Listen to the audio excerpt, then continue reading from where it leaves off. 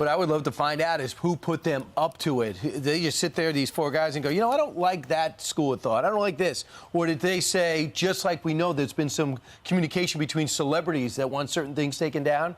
Did the FBI, did the Biden campaign, did the Biden administration start putting their hand on the scale and tell Twitter what to do, which means what do they tell Facebook what to do and Google what to do? Well, that would have been during the campaign regarding the but not during COVID-19. COVID-19 would be during their administration. Yoel Roth will tell us some information because he doesn't work at Twitter anymore, and he has come out and said a few things. So did Vijay Gadde has been fired October 27th. Top lawyer. Dan Bongino was just mentioned in Griff's report. He joins us live.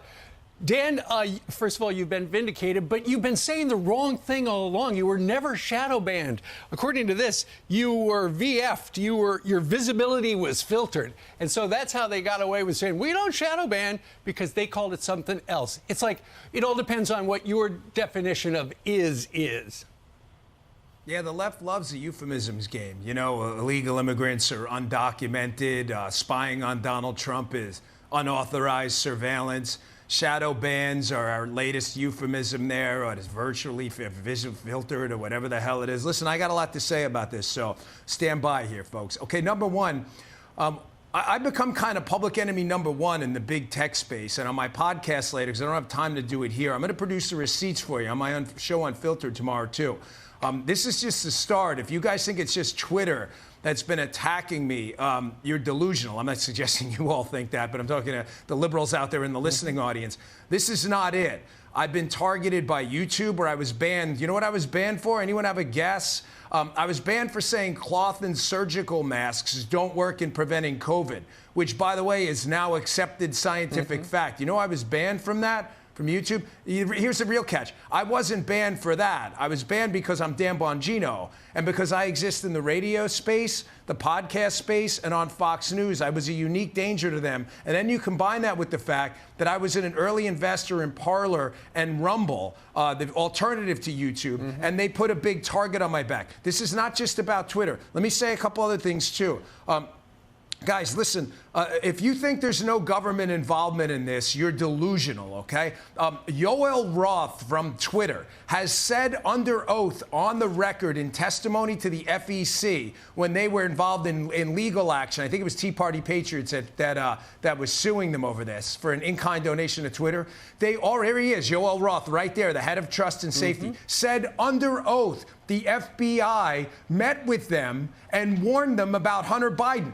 The FBI has admitted to these meetings, and the supervisor, we even have his name, Elvis Chan from San Francisco. None of this is a mystery. He said under oath they warned about Hunter Biden, okay? Let's not dispute that. I'm not taking the FBI's word for Jack squat and Jack left town. I'm going to take the oath of the guy who swore under oath that the FBI, before the election, warned them off about government involvement. Now you're going to tell me the FBI, the DHS, and the DNI may not have been involved in these decisions as well to shadow ban both me and others? Listen, the verdict's out on that. But let me tell you something. I want proof now that they weren't involved. Don't tell me this isn't a First Amendment issue. Because if you tell me that, I'm going to gaff you off and write you off as unserious. And one more thing. The press completely lied about this. Now they got this whole, this is a big nothing burger. Twitter can do what they want. That's not what they said.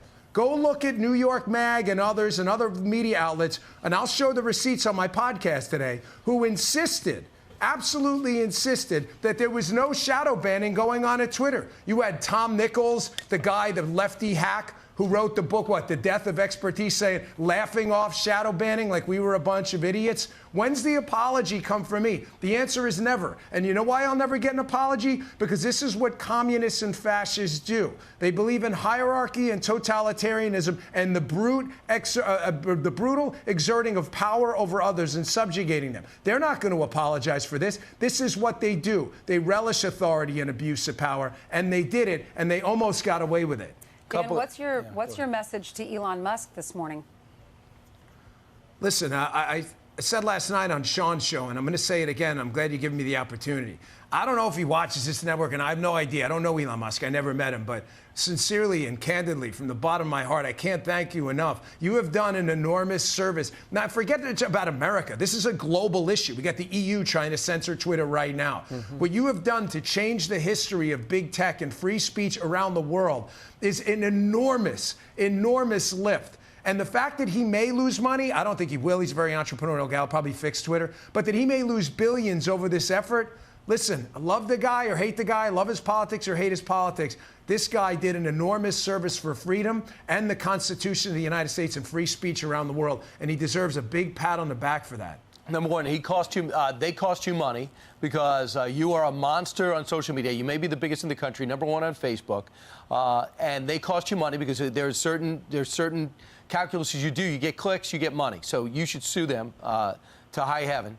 Number two, about this, Dan, the New York Times, Washington Post have something in common. They're not touching it. Other networks not touching this story. How do we get this story out of this lane and let the country know what's going on? But if you combine how Drudge was sold out to I don't know who, you think that the NRA was neutralized, we don't know how. You see all the things that happened leading up to the 2020 election that allowed President Trump to win and Republicans to do well. You wonder the coordination that was going on to work at the foundation of the GOP, led by personalities like you.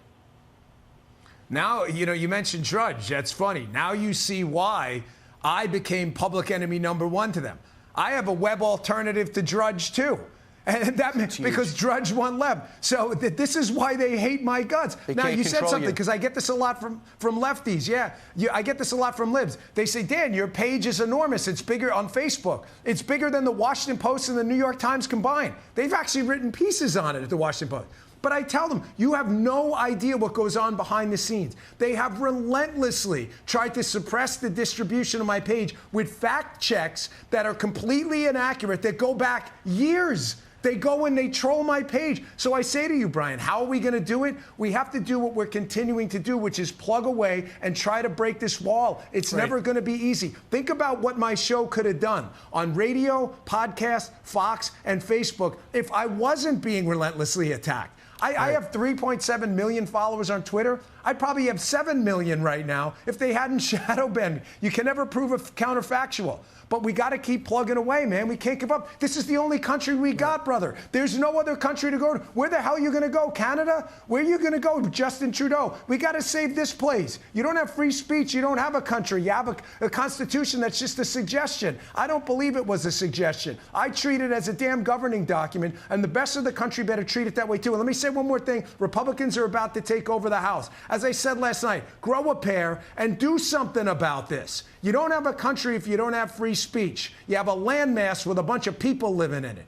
And it's unacceptable. I'm not going to take it. The country's not going to save itself. It's our job. We got to do it. Well, our job at Fox for 26 years has been to give the news that the other side doesn't give.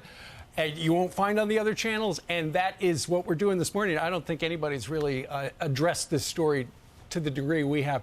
But you mentioned the control of the House. Let's talk a little bit about the control of the Senate. And this is something the Washington Post and the New York Times are talking about today. And that is Kristen Sinema, the senator from Arizona, is switching parties. She's registered now as an independent, which shakes up the Senate. She waited until after the runoff election down in Georgia.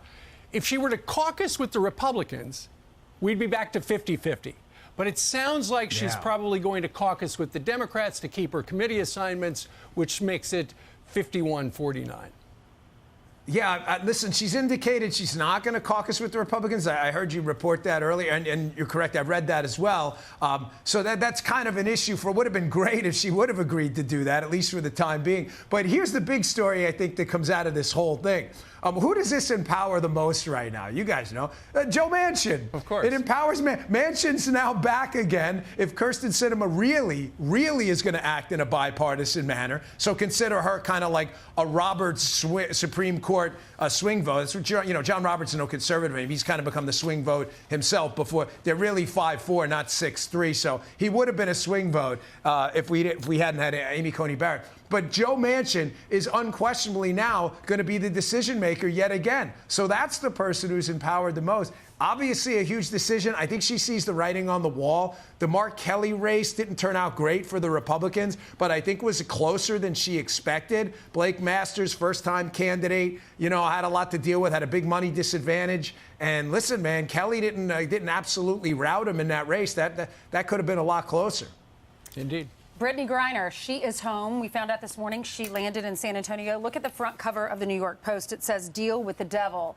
What do you think about exchanging her for this guy who was it? Is the DEA chief? Former DEA chief was on 60 Minutes and called this guy one of the most dangerous men in the world. The Merchant of Death. That's his nickname. Yeah, let's see, by the way, how quickly that 60 Minutes overtime thing about the DA agent calling the guy we traded. But yeah, just see how quickly that disappears.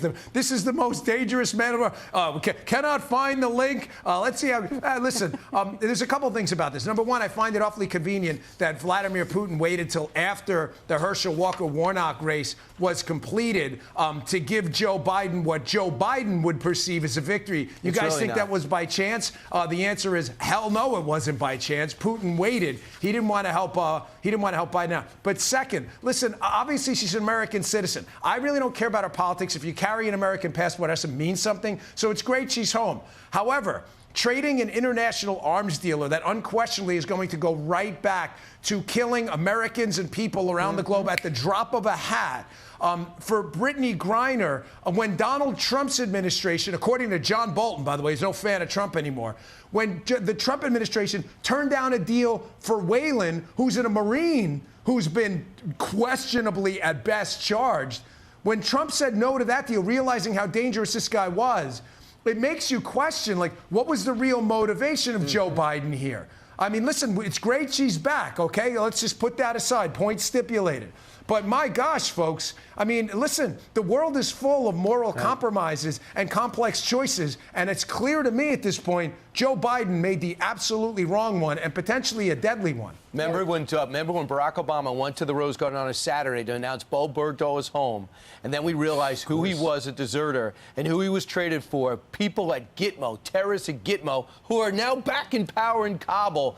He quickly ran away from that swap. I sense he's going to run away from this swap. We'll see. Yeah. Unfiltered, you'll be on 9 o'clock Saturday night. Great roster of guests. I imagine you're going to be talking more about who we're finding out about with your situation. I got receipts. Don't miss the show Saturday night. Set the DVR. If you think I'm making any of this up about the target on my back, watch the show. I've got the receipts to back it up. They don't want a guy like me out there, man. I got a big target on my back. And you know what? I relish it. Good. I was born for this. You were indeed. All right. Dan, always interesting and enjoyable having you on the program. Thank you very much, Thanks, sir. Dan. Have a great Thanks, weekend. guys.